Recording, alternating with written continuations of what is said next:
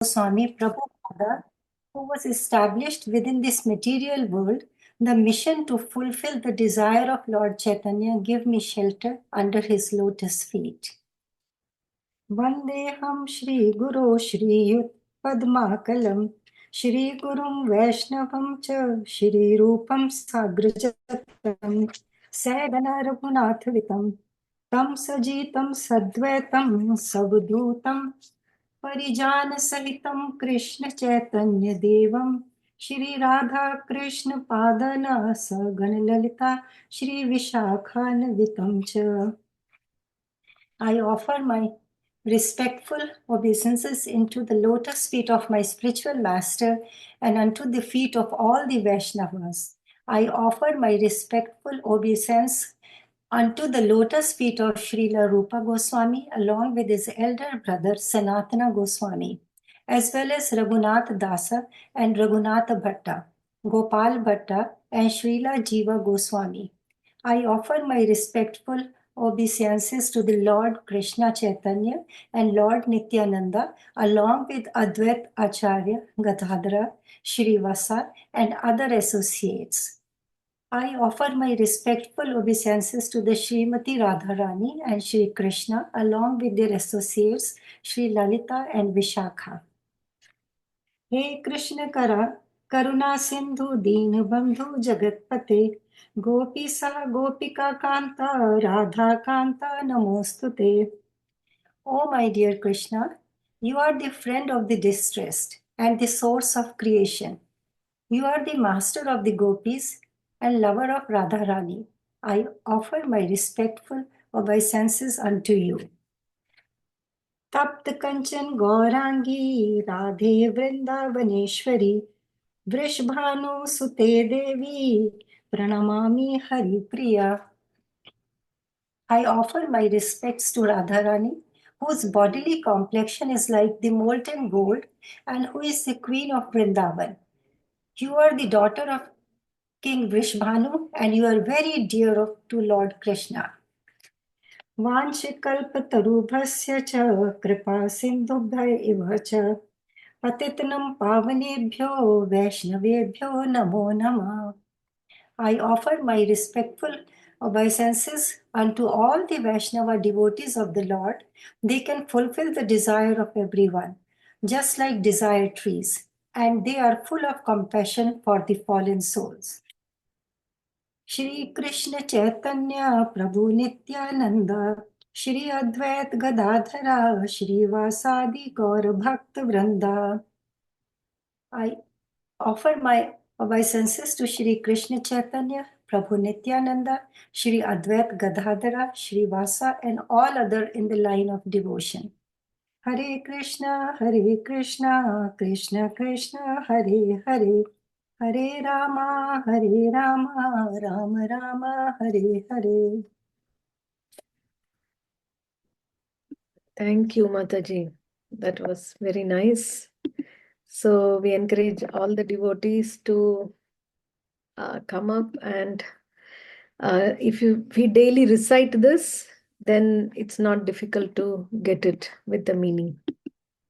But Mataji, sorry, we are missing few lines which you often recite when you recite. Okay, I forgot. I have to include that. We'll say the prayers of Srila Prabhupada. Namo Vishnu Padaya Krishna Prestaya Bhutale Srimate Bhakti Vedanta Swamin Niti Namine Namaste Saraswate Deve Gauravani Pracharine Nirvisesha Shunyavadi Paschatya Deshatarine Jai Sri Krishna Chaitanya Prabhu Nityananda Sri Advaita Gadadhara Sri Vasadi Gaura Bhakta Vrinda Hare Krishna Krishna Krishna Hare Hare Hare Rama Rama Rama Hare Hare Mukam karoti vachalam pangum langayate girim yatkripātamaham vande Sri Gurum Dinatarinam Paramananda Matavam Sri Chaitanyam Ishwaram. That's it. So we will go to chapter 4, Transcendental Knowledge. And we will try to do at least 20 shlokas today. Uh, can anyone, will take turns and read five shlokas each. Yes, Ashutosh Prabhu. Hare Krishna Mataji. So the text one, the personality of Godhead, Lord Shri Krishna said, I instructed this imperishable science of yoga to the sun god Vivasna, and Vivaswan instructed it to Manu, the father of mankind, and Manu in turn instructed it to Ikshvaku. Text 2. This supreme science was thus received through the chain of distinct succession, and the saintly kings understood it in that way. But in course of time, the succession was broken, and therefore the science as it is appears to be lost. That very ancient science of the relationship with the Supreme is today told by me to you because you are my devotee as well as my friend and can therefore understand the transcendental mystery of this science. Text 4. Arjuna said, the sun god Vivasana is senior by birth to you. How am I understand that in the beginning you instructed this science to him? Text 5. The personality of God had said, many births, both of you and I have passed. I can I can remember all of them, but you can't. O subduer of the enemy. Text Thank you. 6. Thank you, Prabhuji. So Okay. we try to discuss. So we see the link that Krishna is starting this now this transcendental knowledge as chapter 4 because at the end of chapter 3, what is the last shloka is that? With the help of this knowledge, we have to slay. See, thus knowing oneself to be transcendental to the material senses, mind, and intelligence, O mighty armed Arjuna, one should steady the mind by deliberate spiritual intelligence, Krishna consciousness, and thus by spiritual strength conquer this insatiable enemy known as lust. So that is the last verse. So by deliberate spiritual intelligence, which means um, Krishna consciousness, which includes transcendental knowledge. Okay. So he's starting chapter 4 with the knowledge. But where he gave this knowledge to.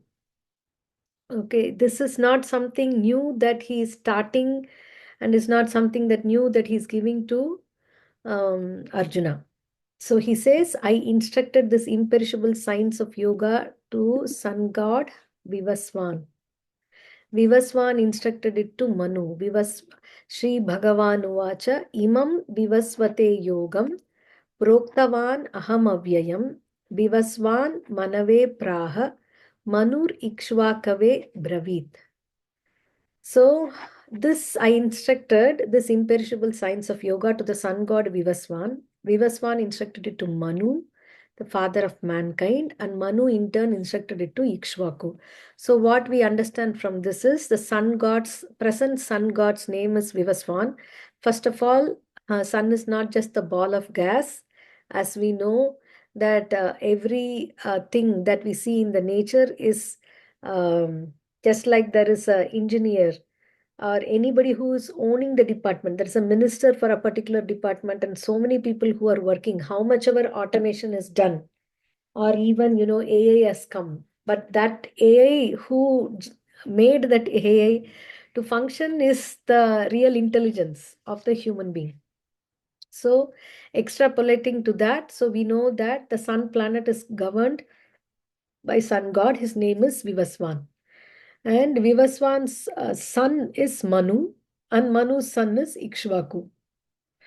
So he speaking it to sun god means that this is very important. Bhagavad Gita is not for retirement pleasure, or when senses cannot enjoy anymore.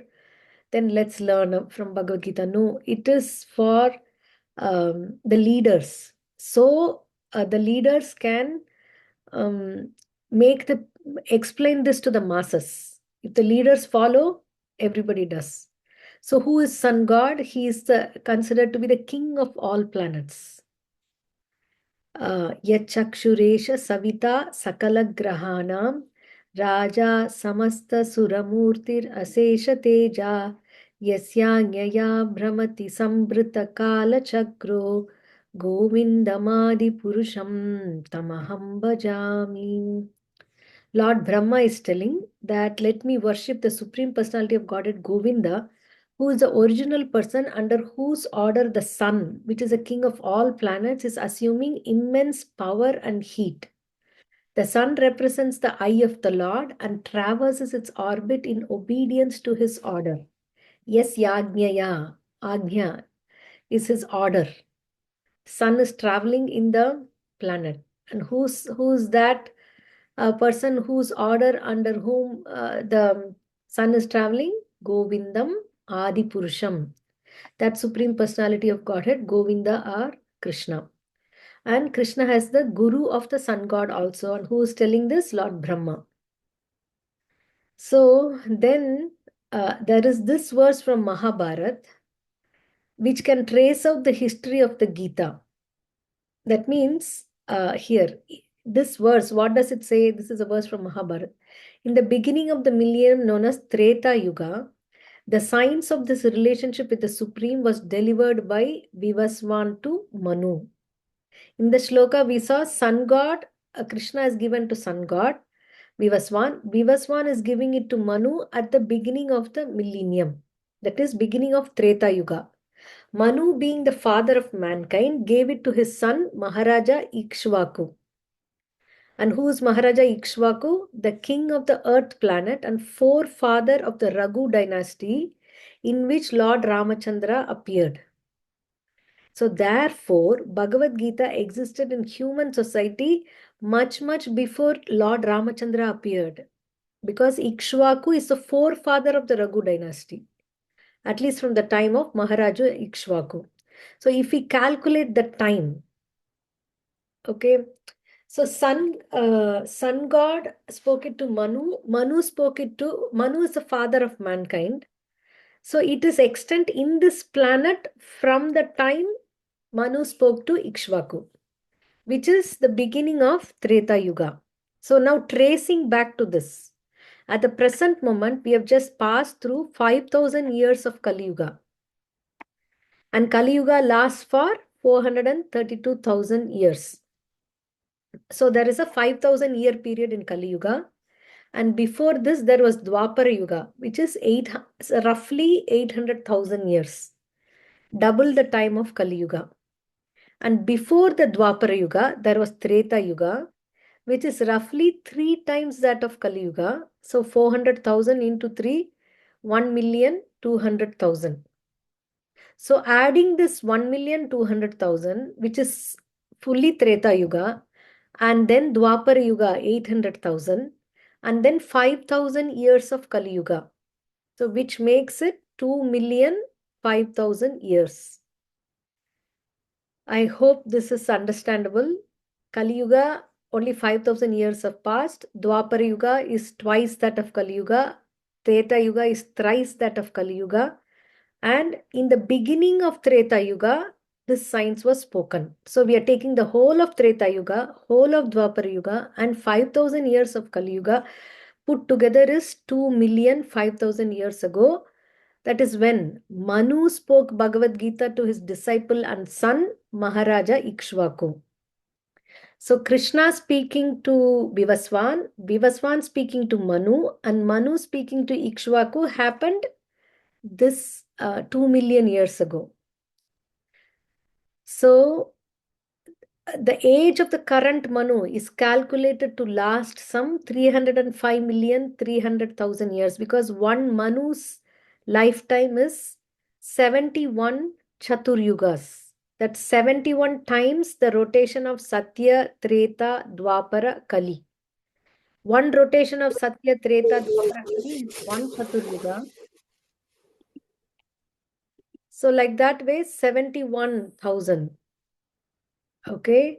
Sorry, 71 Chaturyugas. So if we calculate that, this is 305,300,000 years, of which 120 million years have passed, because this is almost 28 millenniums have passed. This we learned from the Sankalpa mantra. So accepting that before the birth of Manu, the Gita was spoken by the Lord to Sun God the first time. That is a rough estimate that the Gita was spoken 120,400,000 years ago. And in the human society, it has been extant for this 2 million years.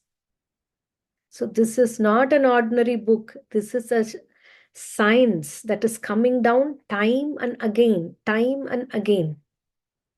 So this is very important to know. Bhagavad Gita cannot be compared to any recent books that has come 2000, 3000 years ago. This is minimum existing in human society for 2 million. And Krishna spoke it to sun god 120 million years. So it was re-spoken by the Lord again to Arjuna about 5,000 years ago. That is a rough estimate of the history of the Gita according to the Gita itself, according to the version of the speaker, Lord Sri Krishna. So if you remember in the introduction, we say if you want to take a medicine, we need to take it according to the instructions of the label or according to the physician. So according to the spirit of understanding Gita is we take from what Krishna says. So this is a rough estimate. So that's why this has to be accepted as it is. And then what happened? Why is he telling this again to Arjuna? Because it was coming through the chain of disciplic succession and it was broken. Why it was broken? Because it was not presented as it is. Some interpretations, okay, would creep in. Then more interpretations would creep in. And finally, the original message is so much distorted. So he understood that there is a need, that the system is broken. So I am telling it to you, Arjuna. Why did he choose Arjuna? In this translation, why is he telling that he's choosing Arjuna? Because he's the devotee and friend. He's the devotee and friend, and therefore can understand the transcendental mystery of this science. So if we consider ourselves equal to God in any way, then how can we be submissive to what God says about us? Right? If the child considers that I am equal to my parents in all respects, then how can the child learn what to do and what not to do?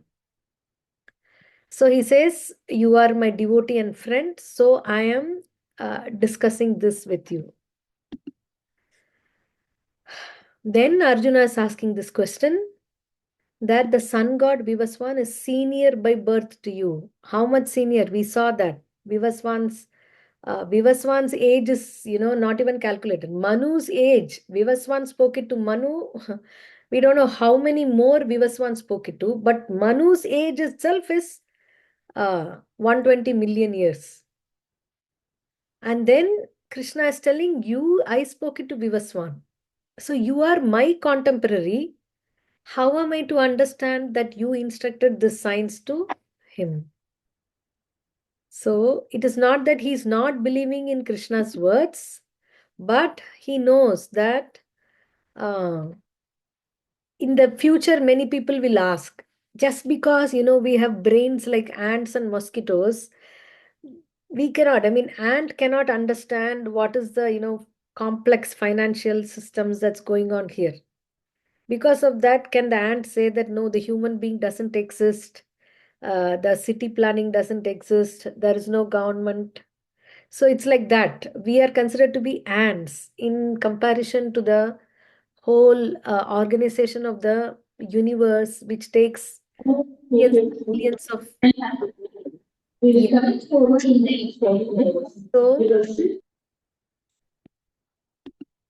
So, people will question, what is this 100 million, 200 million? What are you saying? So Arjuna is asking for them, for all of us. When something is presented, really so much we are used to the fakes, and so much, you know, we are torn here and there by the fake people. When really, when there is genuinely something coming, then we tell that also as a fake. So people passing by on the street, they will say that we are God, and so many people get cheated by them. Nowadays, they don't say directly we are God, indirectly, in a very sophisticated way, using sophisticated language and all that, and we put our faith on that. So when really God says something, we are skeptical. So for all of us, he's asking this question, that how am I to understand? In the beginning, you instructed this science to him. Okay. So then he's saying that many, many births, both you and I have passed. That means when I was speaking this knowledge to Vivaswan, you were also existing at that time, but I can remember them, you cannot. Why? Does anyone remember? Why Krishna can remember and Arjuna cannot? Want to unmute and answer? Because Krishna is super soul. Yeah, Krishna is super soul, but specifically in this context. Present in everyone's heart. Okay, that is one point, right? Then what about why Arjuna is forgetting? Because he's still in this world of attachment with his cousins and grandfather, and to the kingdom. He's worried, and his mind is all foggy. Yes, yes, because he's temporarily clouded by ignorance because of attachment.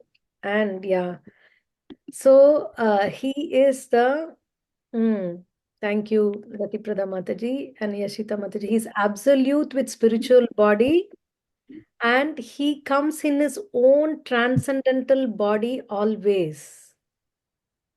Okay, what happened to us? We change our body. And we change our body, means, we forget everything. Do I remember what was I in the previous life, and who are my friends, and who didn't like me, and what was I doing, which family, how much bank balance, how much property? Nothing. Okay, I forget everything, and whatever is given in this life, I again continue. Sometimes whom I have tortured so much, the previous life will come back to give me the same, probably being in a close friend or in the family member. We don't have the thing to, because we tend to get attached, life after life after life after life. So we take a new body, and so we don't remember. But Krishna comes in his own transcendental body, and that's what he's going to say. So we'll read the next 6 to 10. Megha Mataji, would you like to read? Hare Krishna Mataji. Krishna. Okay, so text 6. Although I am unborn and my transcendental body never deteriorates, and although I am the Lord of all living entity, by my eternal energy I still appear in every millennium in my original transcendental form. Text 7. Whenever and wherever there is a decline in religious practice, O descendant of Bharata, or the predominant rise of irreligion, at that time I descend myself. Text 8. To deliver the pious and to annihilate the miscreant, as well as to re-establish the principle of religion, I myself appear millennium after millennium. Text 9. One who knows the transcendental nature of my appearance and ones who know the transcendental nature of my appearance and activity does not, upon leaving the body, take his birth again in this material world, but attain my eternal abode, O Arjuna. Text 10. Being freed from attachment, fear, anger, being fully absorbed in me and taking refuge in me, many person in the past became purified by knowledge of me, and thus they all attained transcendental love for me. Thank you. Hare Krishna. Thank you, Matani. So he says, although I am unborn, he is not necessarily born, but he appears to have taken birth. And my transcendental body never deteriorates. Our material body ever deteriorates, right? We keep, growing from babyhood to boyhood to youth to old age, and then it continues. This changes life after life. So it keeps on deteriorating. And although I am the Lord of all entities, by my internal energy, I still appear in every millennium in my original transcendental form. So he has appeared to speak this to Sun God. Okay. Why he has appeared this? Why he has appeared? The when. So he says this is a famous verse. Anyone wants to recite this verse who have not done so far? Vinayak Prabhu, would you like to recite?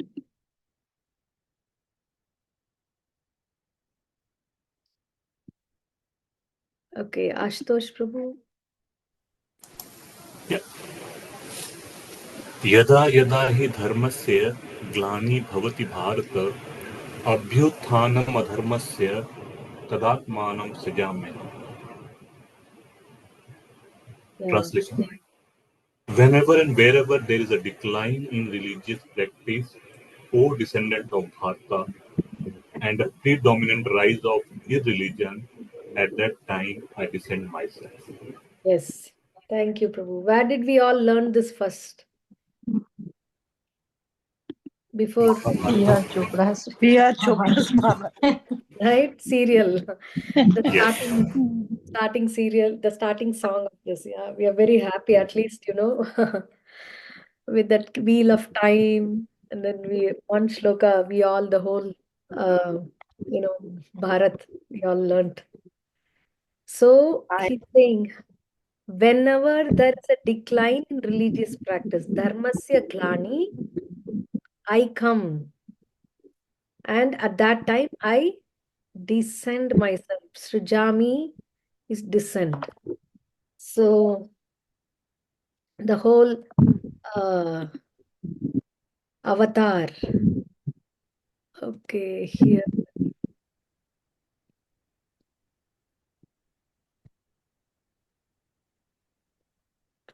Where? I think the previous one.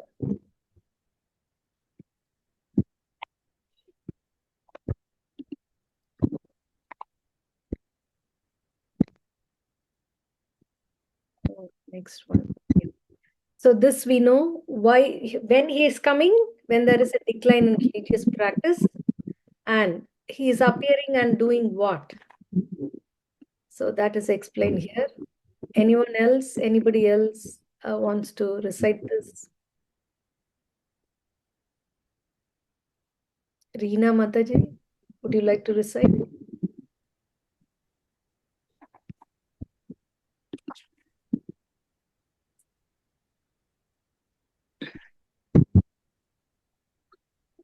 Okay. Anybody? Niti I Mataji? can, I can Sorry, recite. sorry. I can recite. Paritrānāya sadhūnām vināṣāya ca duṣkritāṃ dharam samsthāpinārthāya sambhavami yuge yuge. Yeah. So thank you, Mataji. So why is he coming? Three things. The three purposes to deliver the pious, sadhunam, paritranaya sadhunam, and to annihilate the miscreants, vinashaya cha dushkritam. And then dharma samstapa nartaya, to re-establish the principles of religion. I myself appear millennium after millennium in the same original body, which doesn't deteriorate. So what is the meaning of avatar? Okay, Avatar, the film came in 90s, and then now emojis, our avatar. We can choose the hairstyle, the color, and everything, and then that's avatar, right? But what is it? Where is this avatar coming from? And what's the real meaning of avatar? We'll read from this. Who can read? In the Chaitanya Charitamrita.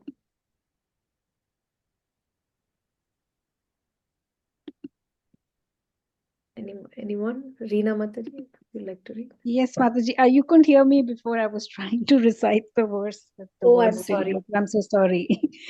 Sorry, which verse are we in?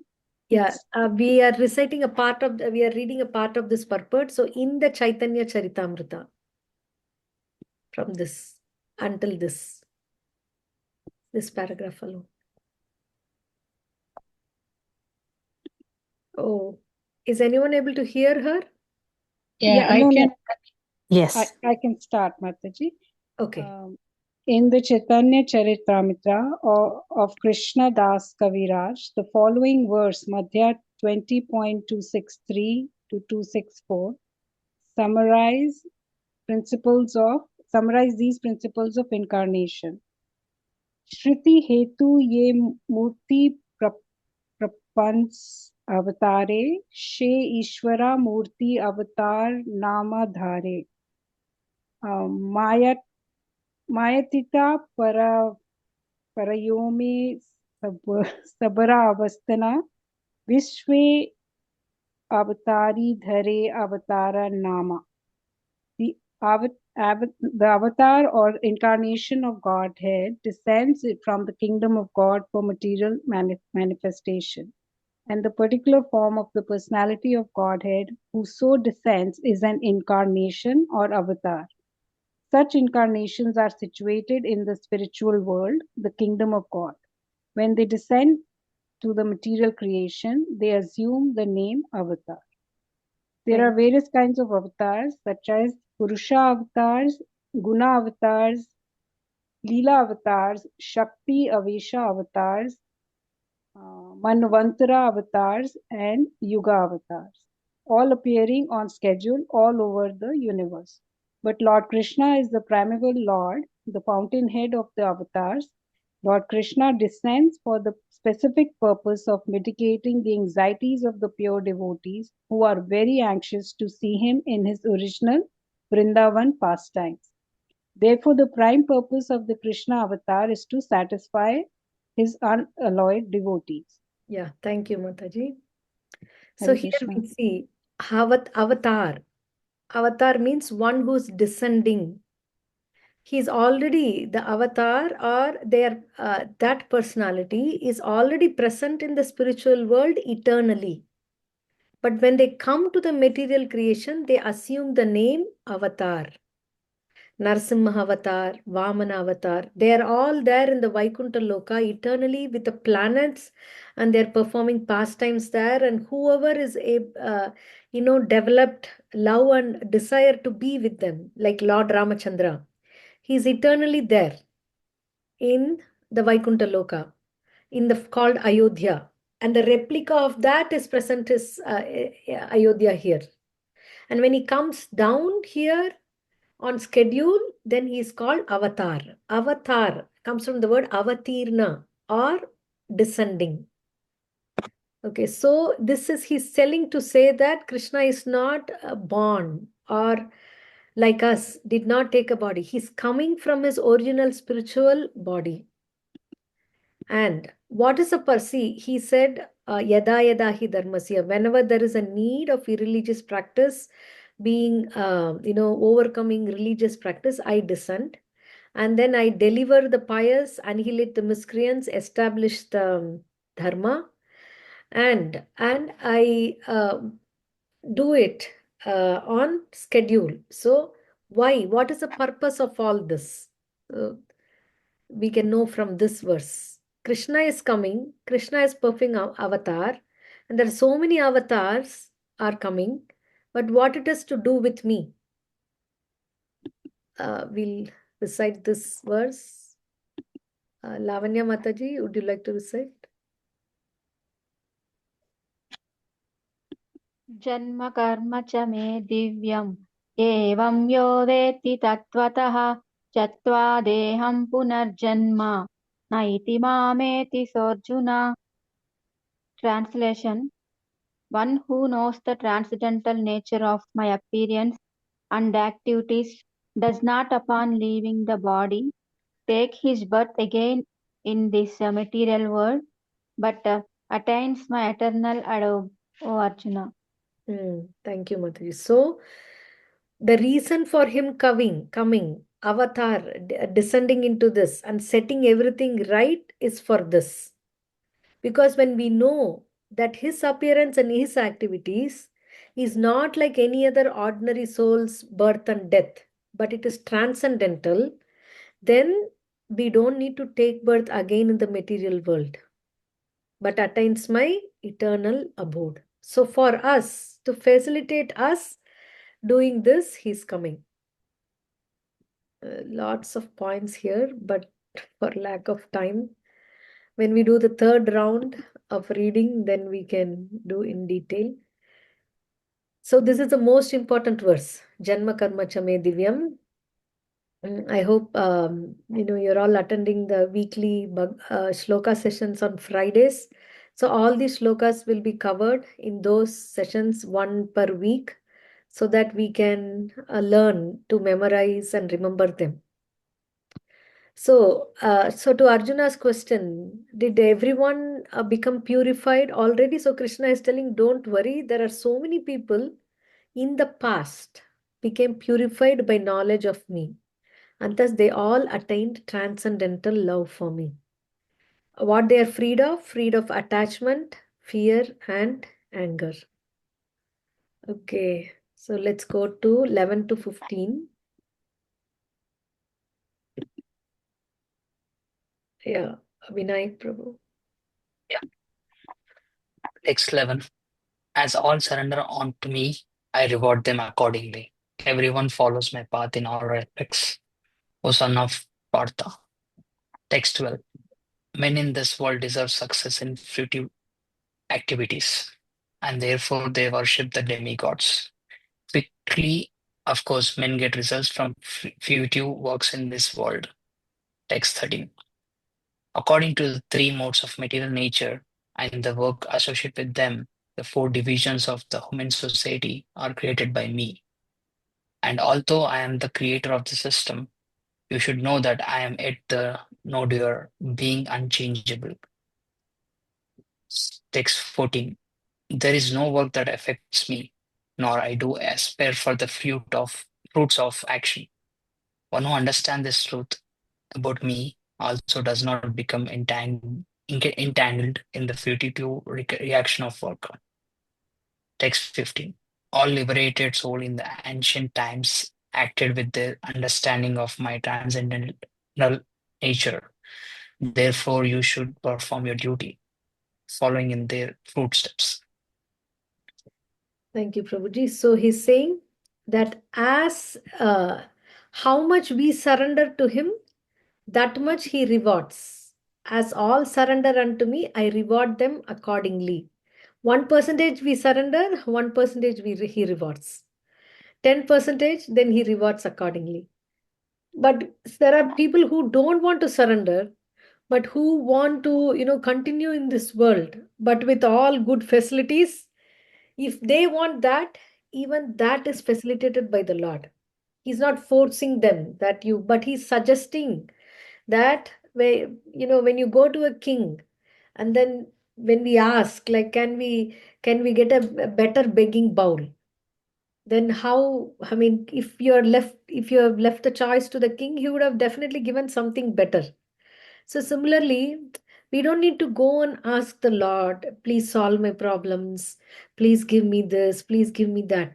That is all, without even asking, it will happen automatically. What should happen will happen. But what we should do is we should try to understand how this is all working. Who is God? Who is Krishna? And how am I connected to him? And how I can revive my relationship with him. So if someone asks that only a person who is in the mode of goodness and a Brahmana, can he only attain the Lord? He says no. Anyone, see, according to the three modes of Chatur, Varnyam, Maya, Srishtam, Guna, Karma, Vibhagashaha.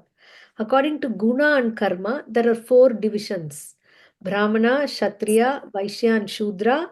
And this has been created according to the Guna, quality, and the work, not by according to birth.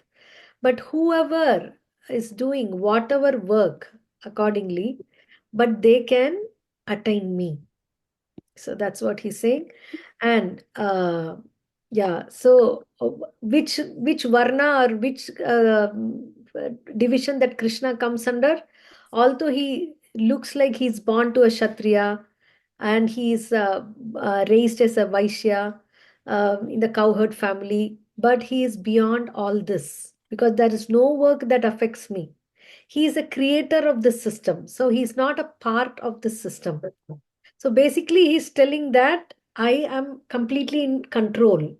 I am the lord of the material nature. And if a person understands this and do our duty, following in the footsteps of great liberated souls. So not that they understood this spiritual knowledge and they did not do their activities, but they did their duty with such consciousness, okay, and attitude because they understand this knowledge, so they are not bound by karma. Okay, 16 to 20.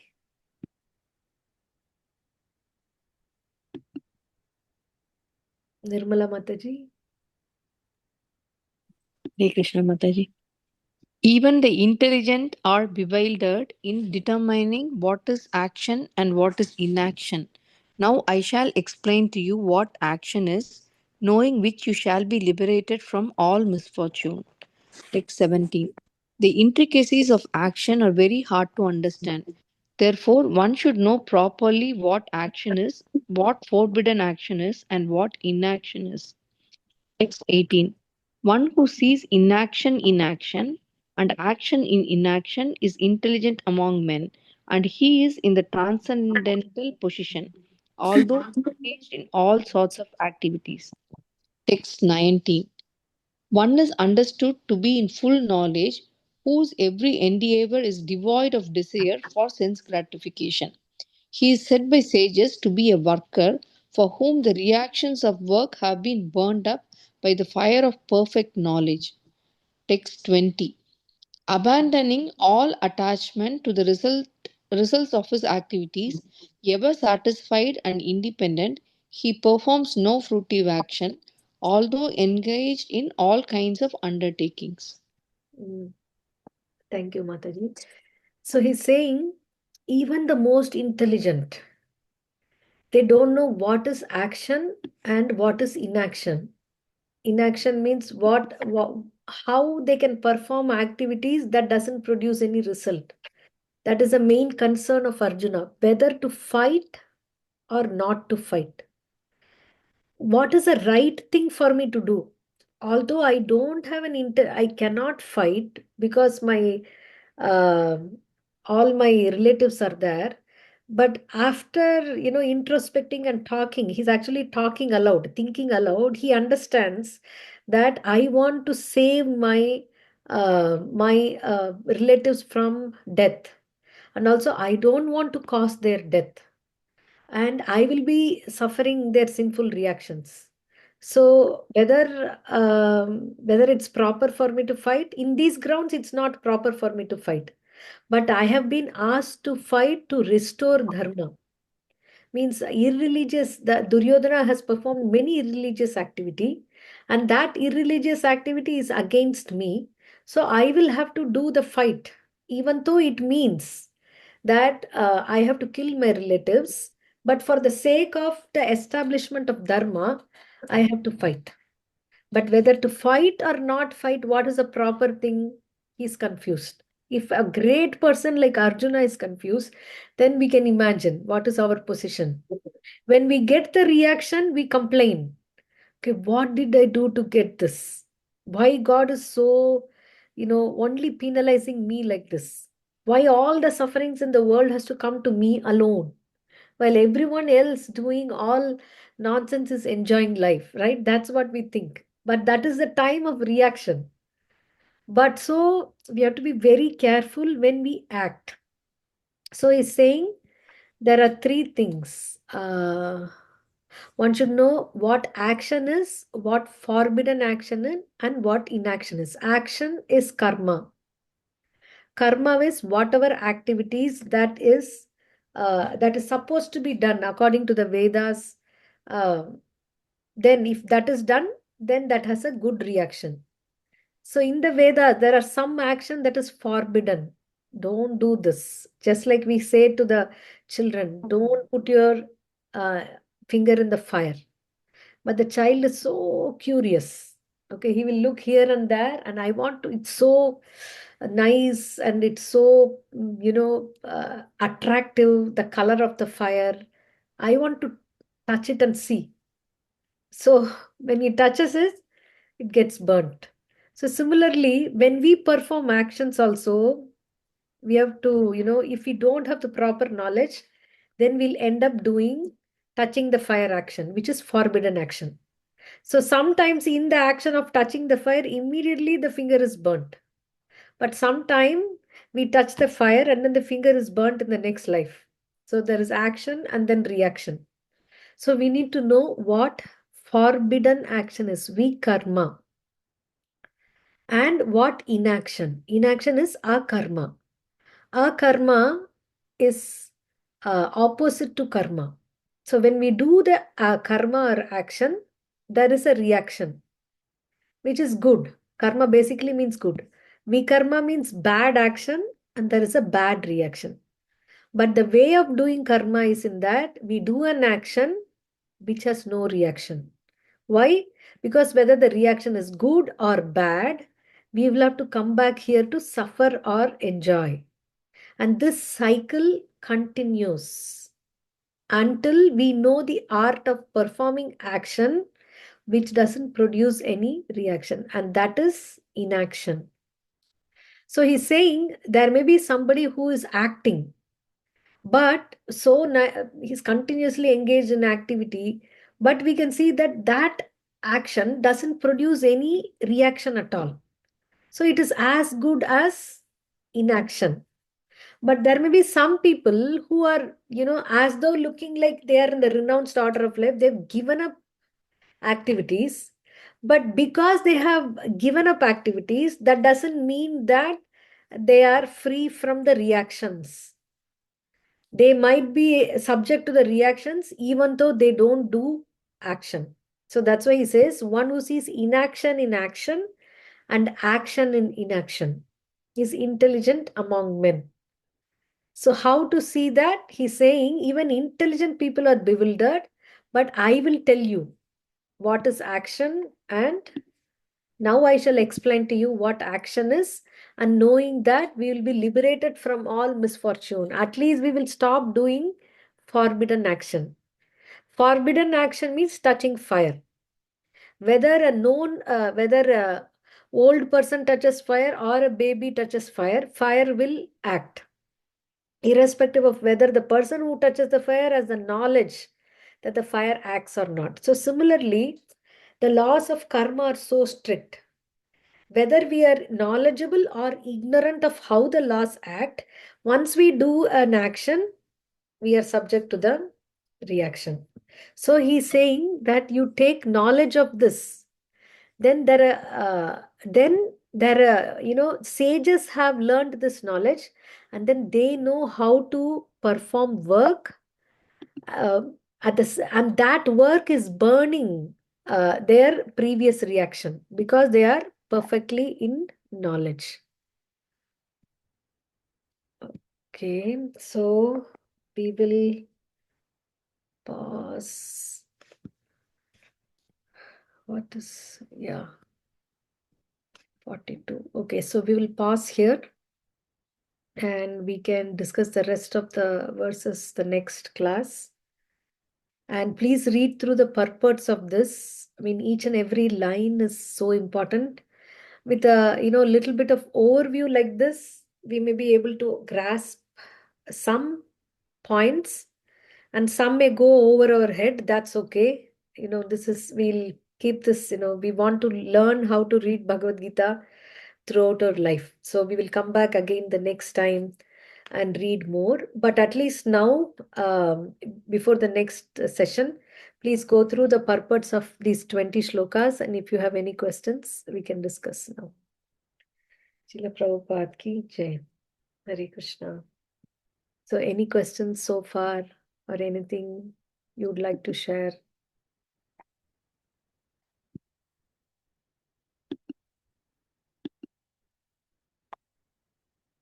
If not from this, even any other general questions you have? Yeah, Nirmala Mataji.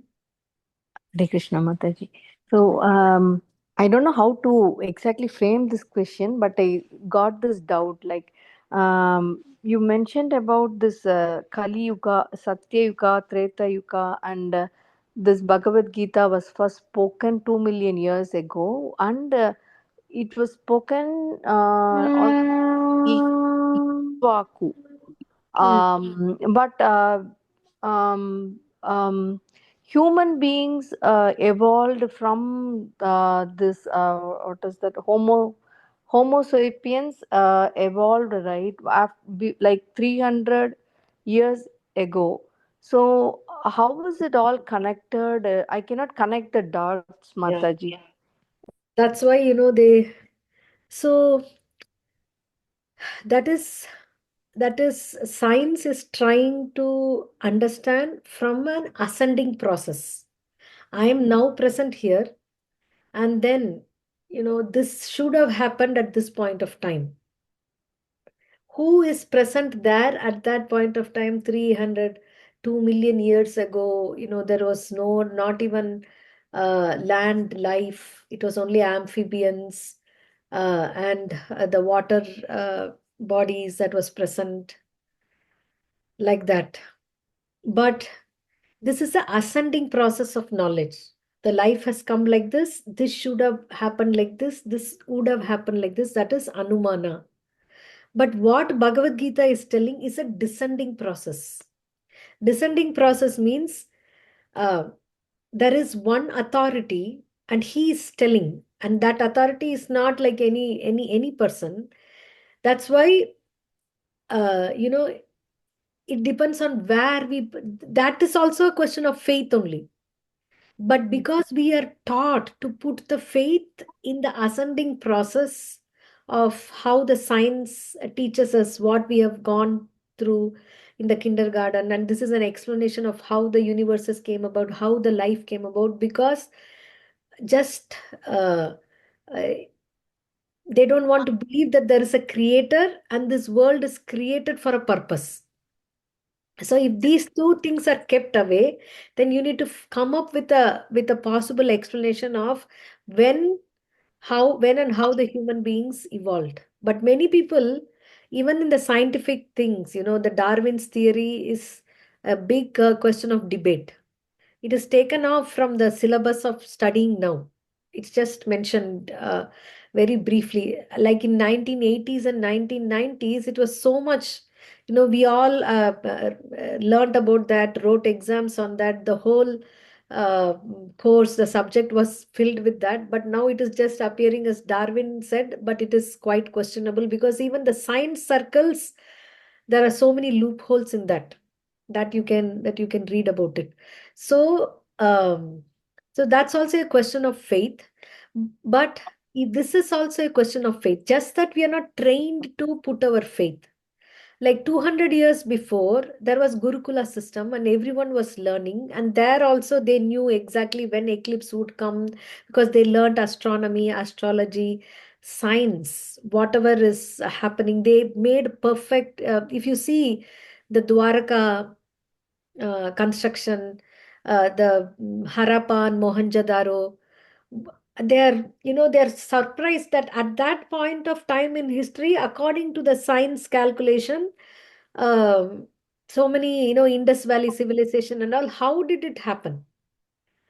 But if you see the remains of archaeological remains of Dwaraka, and so many other cities like Atlantis and other places, we can see a well-developed, until they are well-developed in science, geometry, in math.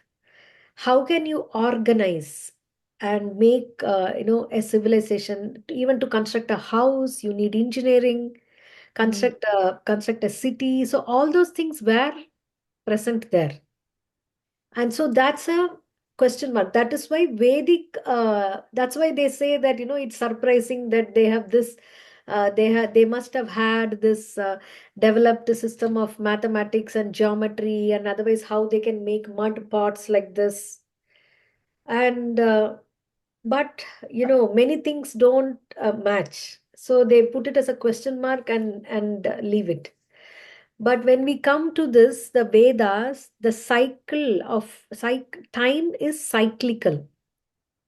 So what the modern science probably is trying to do is probably from one Manvantara or from one yuga. At the end of Dwapara Yuga, there was Mahabharat war, and that was a cause of the end of the yuga, and mass destruction happened.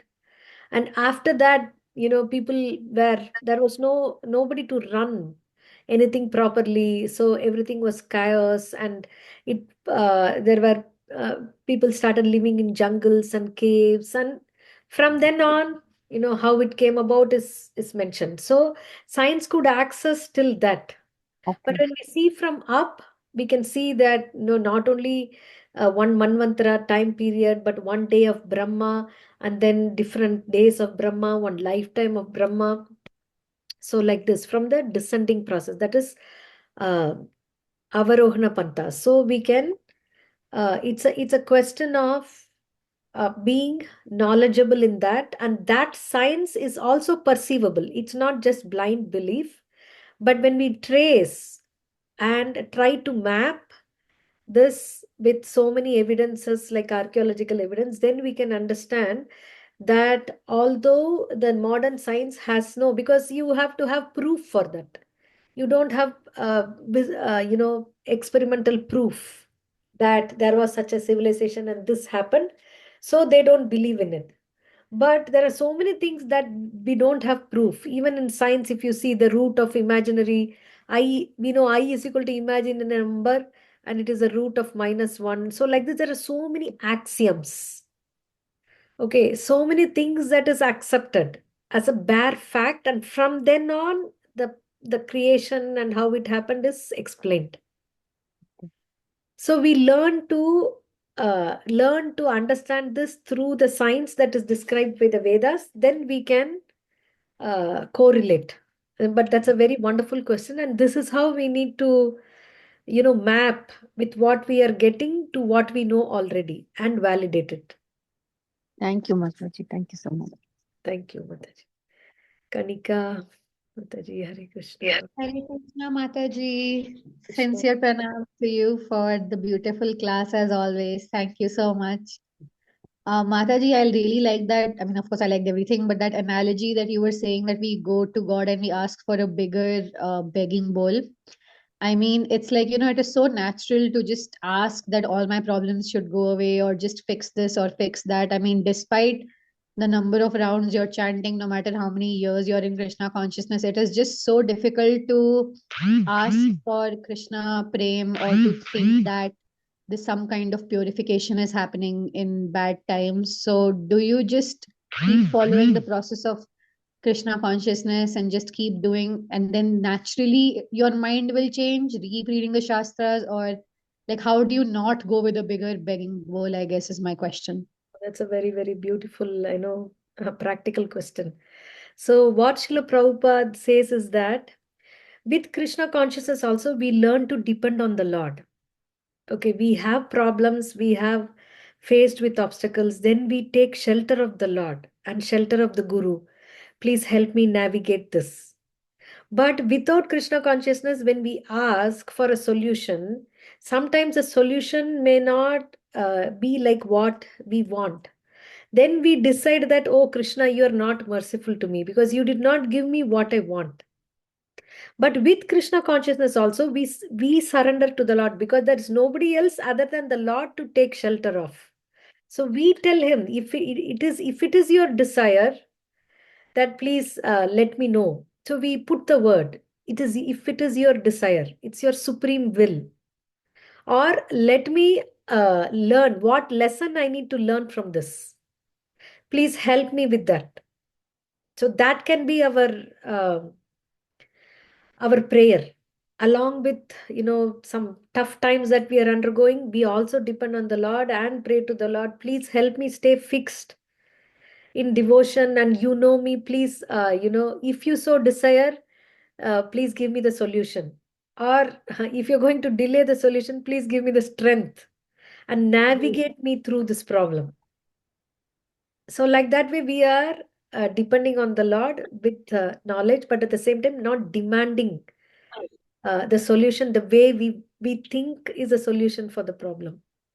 Okay, so just do as if everything depends on you, but leave everything technically to the Lord as a result. Yeah, and then accept also, Mm. so that acceptance comes. Whatever the Lord gives us, He gives the knowledge, the heart also, to see through the solutions and see the Lord's hand in them. Okay, beautiful. Thank you, Mataji. And Mataji, just a quick side note, a very close friend of mine, Neeti Bharadwaj, she's joining this class for the first time from Chicago. So just one Hari Bol for her. Hari Bol, welcome, Neeti. Hari Bol. Yeah, I saw that she was unmuting and trying to read. Thank you, Neeti Mataji, for joining us. So maybe Kanika Mataji, you can give her the introduction of the first 3 chapters, a little bit of overview, a summary, Yeah, so that she can catch up with the 4th chapter onwards. sure, sure. Thank you. Thank you, Mataji. Ashutosh Prabhu. Hare Krishna, Mataji. Mataji, my question is, you explained like these avatars are already there in the Vaikuntha Lok, and with time they come on this, they visit this material earth and do their leela and then. So, just if you can explain, like we we know that Vishnu also stays in Vaikuntha Lok. So Vishnu, Krishna, Rama, Narsimdev. So everyone stays in Vaikuntha Lok, like. Yeah, there is not only one Vaikuntha Lok. There are many, many, many. Okay. Vaikuntha Lokas are many. And each Vaikuntha Loka, for example, if it is Narsimha Dev, then he is the presiding deity of that Vaikuntha Loka, and everyone who wants to render service to that form of Lord Narsimha is, and his devotees, they go there, and there are Nitya Leela, there is pastimes that's happening, they're worshipping the Lord, and like that. So like that way, in the Ayodhya, in Vaikuntha Lok, there is Lord Ramachandra with Mother Sita and Lakshman and Hanumanji, and everyone there is seeing them glorifying like this. So each and every avatar has a loka where the devotees who have developed taste for that and developed a prem for that particular avatar of the Lord is going there, and eternally they are there serving their Lord. Yeah. So thank you, Mataji. So Mataji, my follow-on question is like what we have understood and read, like all these avatars are avatars of Vishnu, right? Like Ramchandra or Narsimhadev or Varah or Vaman. So all these avatars are avatars of Vishnu. So how Krishna is different from that? We say that Krishna is not an avatar. He himself, like we mentioned, I read somewhere. So if you can, maybe I'm forgetting that. Yeah, yeah. You see here, there is in Canto 1, not only in Srimad Bhagavatam, in many Vishnu Purana also, it's mentioned that, of course, the incarnations are coming from Vishnu is correct. In one sense, it is correct. But Vishnu himself is an expansion of Krishna. How to understand that? Just like, you are at work and you are at relaxed at home. At home, you play with Kartikeya and your daughter Advika. right, there is, there is a friendly mood, there is jovial, there is no very formal relationship. Then you go out for vacation. So that's a very informal. Then when we go to work, then you have in the work according to your specification, then you perform those activities, which is formal. So similarly, Krishna is the origin. He's informally, he's called Krishna. And then when he puts the formal dress, coat and suit, and then coming to the meetings and office, then he's Vishnu. Okay, if we see that there is a chapter 3 in Canto 1 of Srimad Bhagavatam, where the chapter itself is Krishna as a source of all incarnations. So, if we see that, um,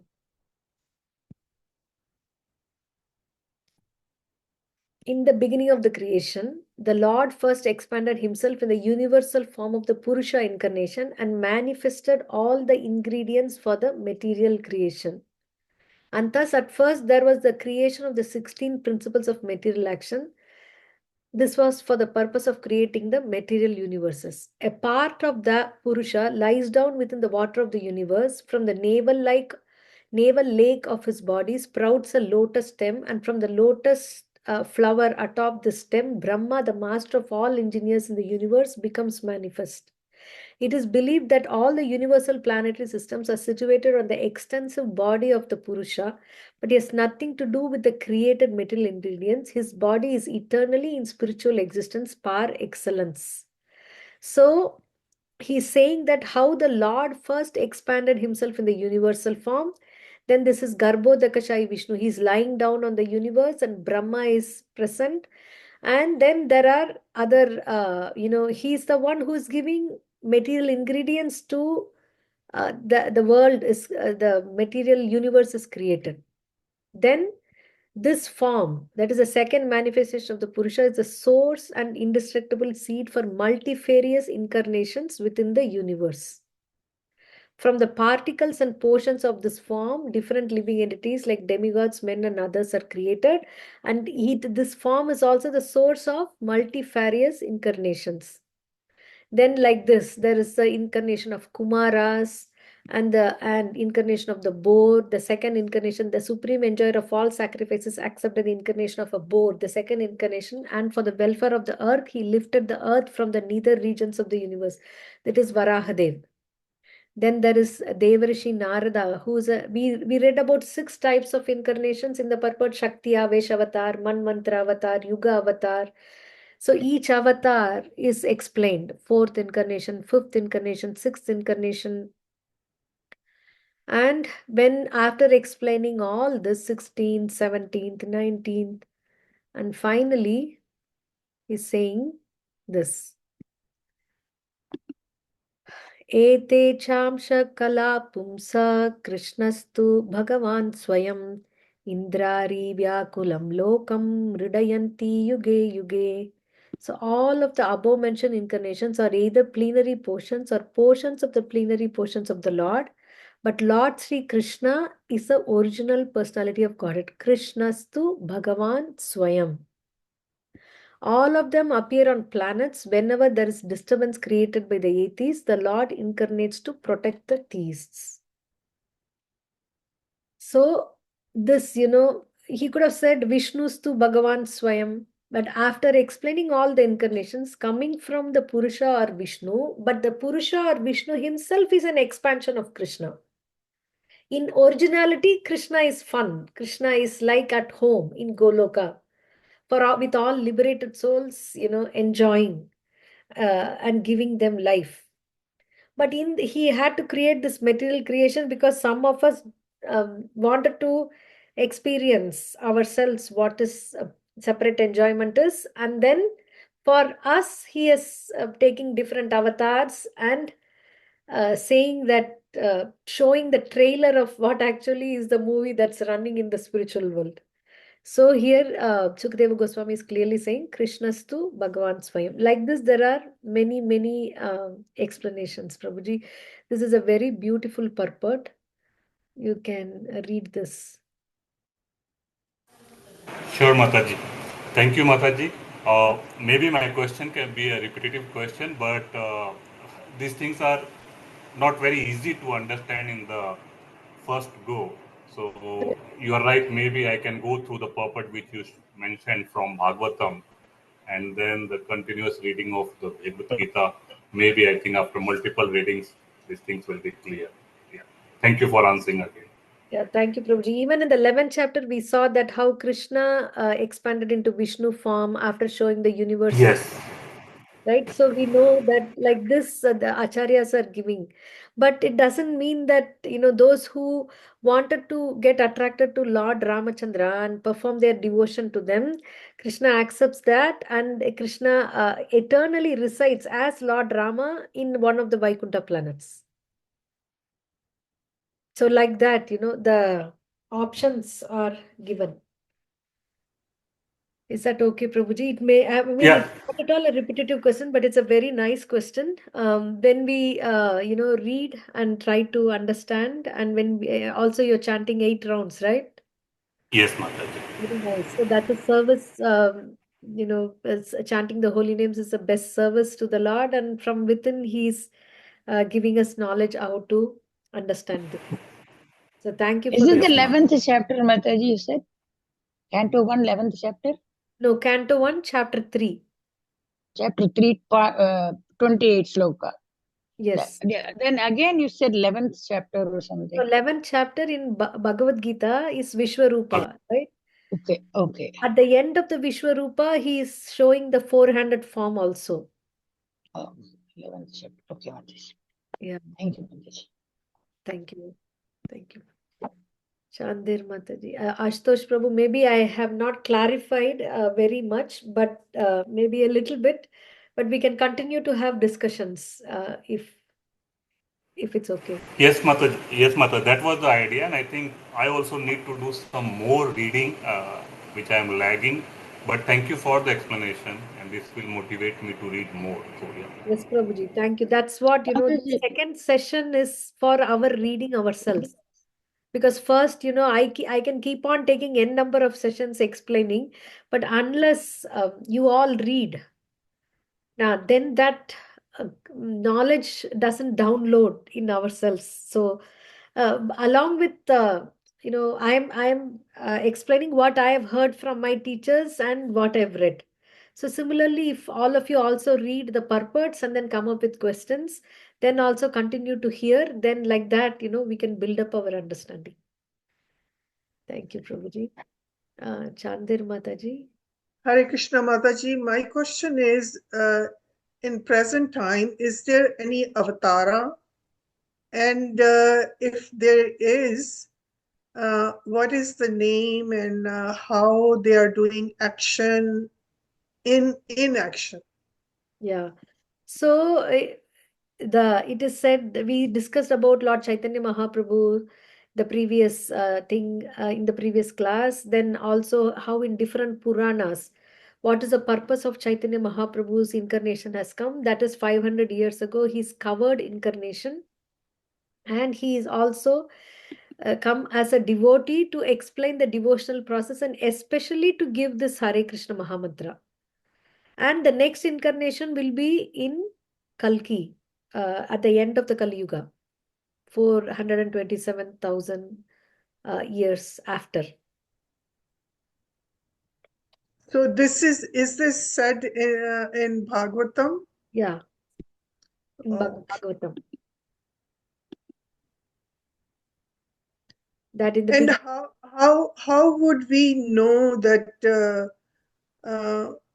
like we are having, like we have faith that Chaitanya Mahaprabhu is the avatara or Kalki avatar when it comes in the end of Kali Yuga. We have this faith, or we believe as we are hearing, or it is said in scriptures. Yeah, it is said in scriptures and we have to read them. Just like, the example is if the child wants to know who is the father, who is his father, then mother, he needs to trust the mother, right? To know who is the father. So that there he cannot find out by himself. without the help of the mother.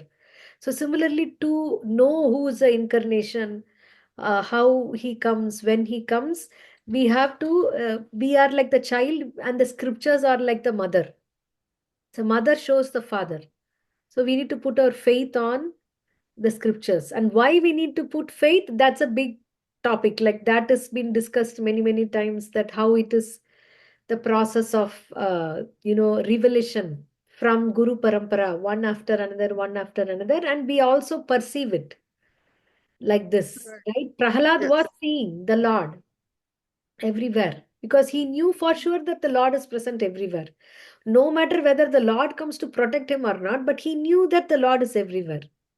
And so when Hiranyakashipu asked, is he in this pillar? And he said, yes, he is in that pillar, and he came out. Right? Ito Narsimha, Parato Narsimha, Yeto Yeto Yami Tato Narsimha. So this is a vision of the devotee. And because of that, what was Prahlad?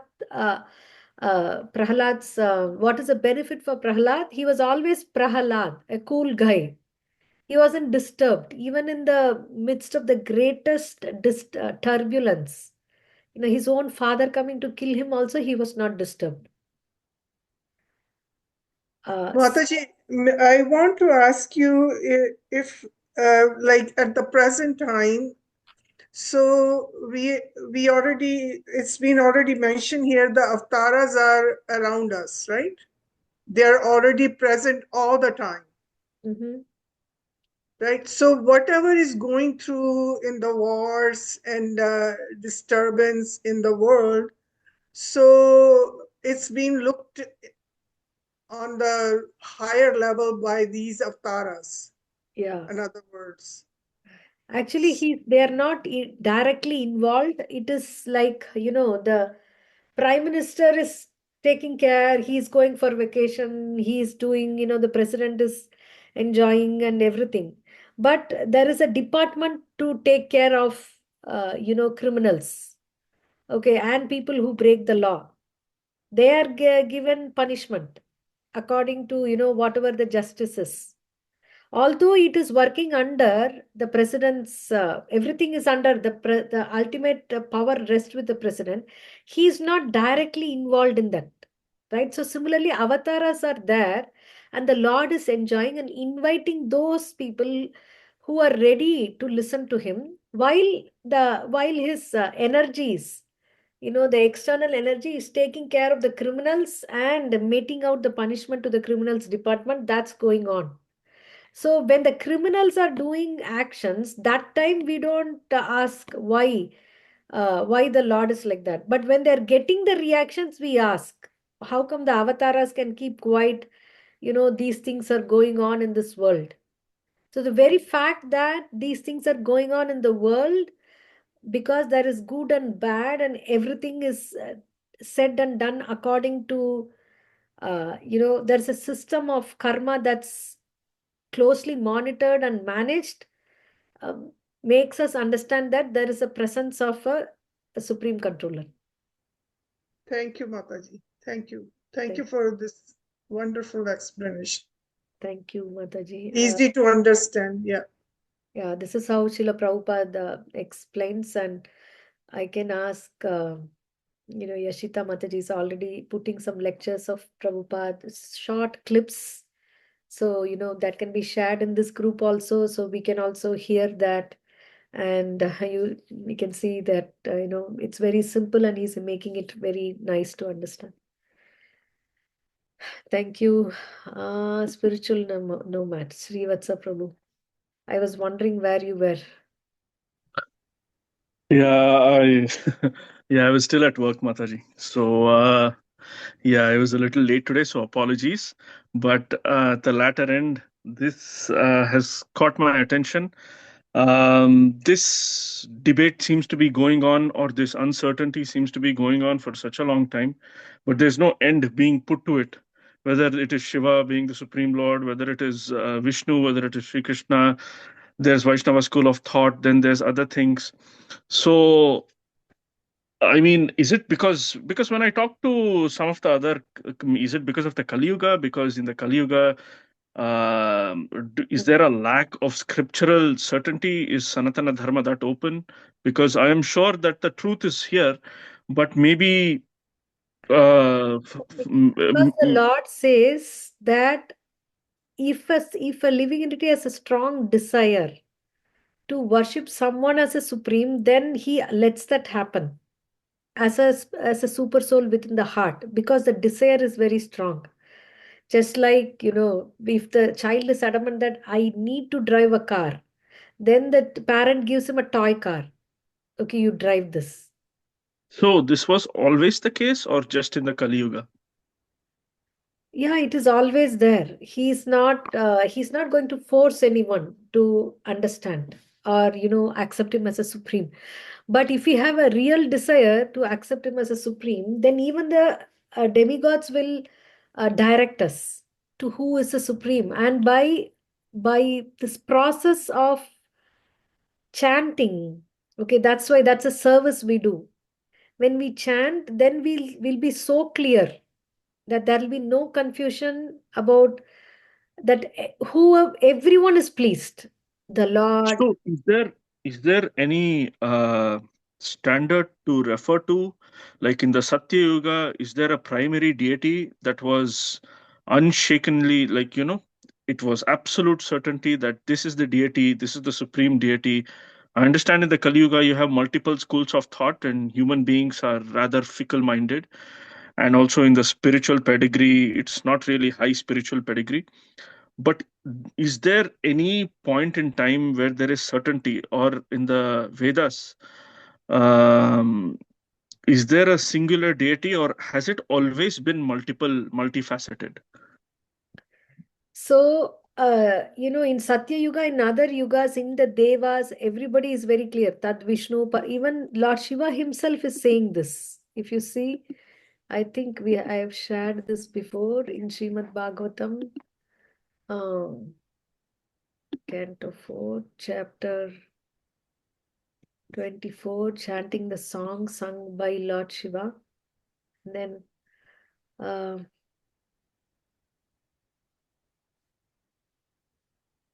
so Lord Shiva is telling to Prachetas, who are a group of greatly realized souls going to perform austerities. He is wanting to serve the sea. He's saying this. Lord Shiva said, "You are all the sons of King Prachina Bari. I wish all good fortune to you. I also know what you're going to do, and therefore I'm visible to you just to show my mercy upon you." Lord Shiva continued, "Any person who is surrendered to the Supreme Personality of God, Krishna, the controller of everything, material nature as well as a living entity, is actually very dear to me." But this is Srimad Bhagavatam, right, Mataji? Yeah. So this is the heart and soul of the Vaishnava school of thought. Similarly, the Shaivites will have their scriptural references. Yeah. So there also, I mean, there are places where Lord Shiva says that come to me and I will give you deliverance and I'll give you peace. And there also in some shlokas, if he says that first take a guru to read Shiva Purana properly, the first thing that's mentioned is to initiate and be a guru, like that. So Lord Shiva, of course, is closer to the Supreme Personality of Godhead. In one sense, he is an incarnation of the Lord. Okay, so he's saying, see, any person, Bhagavantam Vasudevam, any person who is surrendered to the Supreme Personality of Godhead, Krishna, the controller of everything, material nature as well as the living entity, is actually very dear to me. Prapannasa Priyohime. So if a person, whether if we keep debating, Vaishnava is saying Vishnu is a supreme and Shiva is saying Shiva is a supreme, I am not sure whether we will become dear to both of them, those people who are doing that. But by becoming a devotee of one of them, we will become dear to both. That's what he's saying there. Okay. If you see Lord No, Shiva. I'm not very advanced, so that's why I'm asking whether I can lean on any absolute scriptural reference. because my intelligence always flares up and I'm like, okay, this is there. And then I lean, but before I lean, I have to also test the other side of the waters. Yeah. And there is some things in the other side also. So I'm like, which is the one? I'm a little, Right. So mm, if you see, I there need are help. Puranas, and Vedavyas himself has written this Srimad Bhagavata Purana. And this Mm, is the introduction of the Purana is that it is the a fruit of the Vedic tree. It is a commentary on the Vedanta Sutras. mm. So it is not only Vaishnava. You see, Lord Shiva is also glorified here. The Yes, in yes, Mataji. Yes. there Yes. are No, so I lean towards it, but sometimes it comes up. I don't know. Maybe it's a wrong. Is that enough? no, Yeah. it's not wrong. It is okay. But then what I'm Mm. saying is we are very small compared to either Lord Shiva or Vishnu. But one Mm. thing is if we serve them through the holy names, then things will become clearer. Please. Both Okay. will be pleased. That's it. Maybe I need to advance more. Thank you, Mataji. Hare Krishna. Thank you. Thank you, Prabhuji, for your questions. Okay, devotees. So we will pause here. Thank you all very much. And we will meet again on Thursday. Please read the 20 verses on the purports. Srila Prabhu. Mataji, my question, small question was there, how to perform action which has no reaction? So that action which as a soul, as if we perform action based on our identity as a body, then we get reaction to that.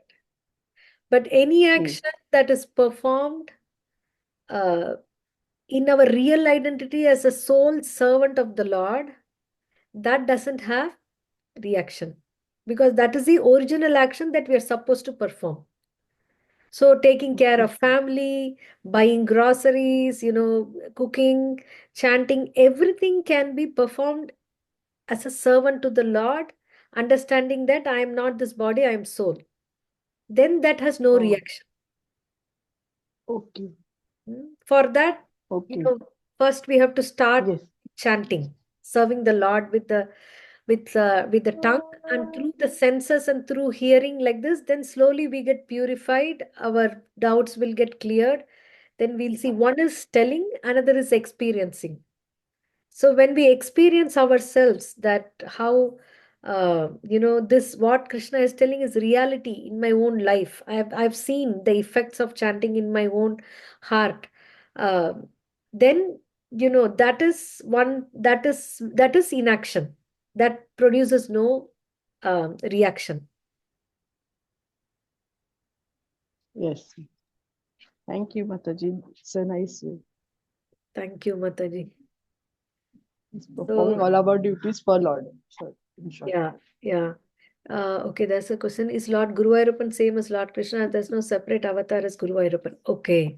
So there is one category of avatar called Archa avatar.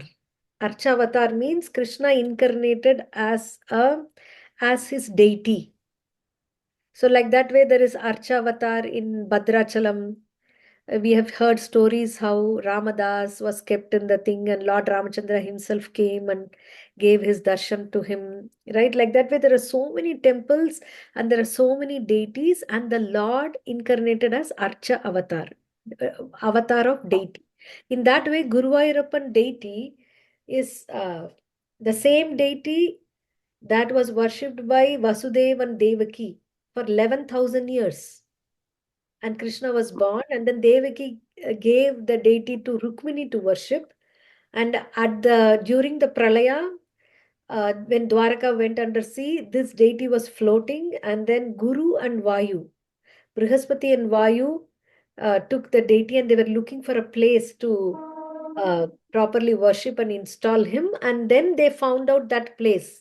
And that place was actually Lord Shiva was meditating there, and he said, okay, I will go to the other side of the lake and give this to my Lord. So that's why when we visit Guruvayur, we visit Mammiyur also, which is the place of Lord Shiva. So that way is not mentioned in the scriptures, but all deities are in the category of Archa avatar, or incarnation for letting the devotee serve him. I hope that's okay, Mataji. Okay. So thank you very much, devotees. So we will meet again, Krishna willing, Thursday. Hare Krishna. Srila Prabhupada ki jai. Srimad Bhagavad Gita ki jai. Hare Krishna. Thank you, Mataji. Thank you. Hare Krishna.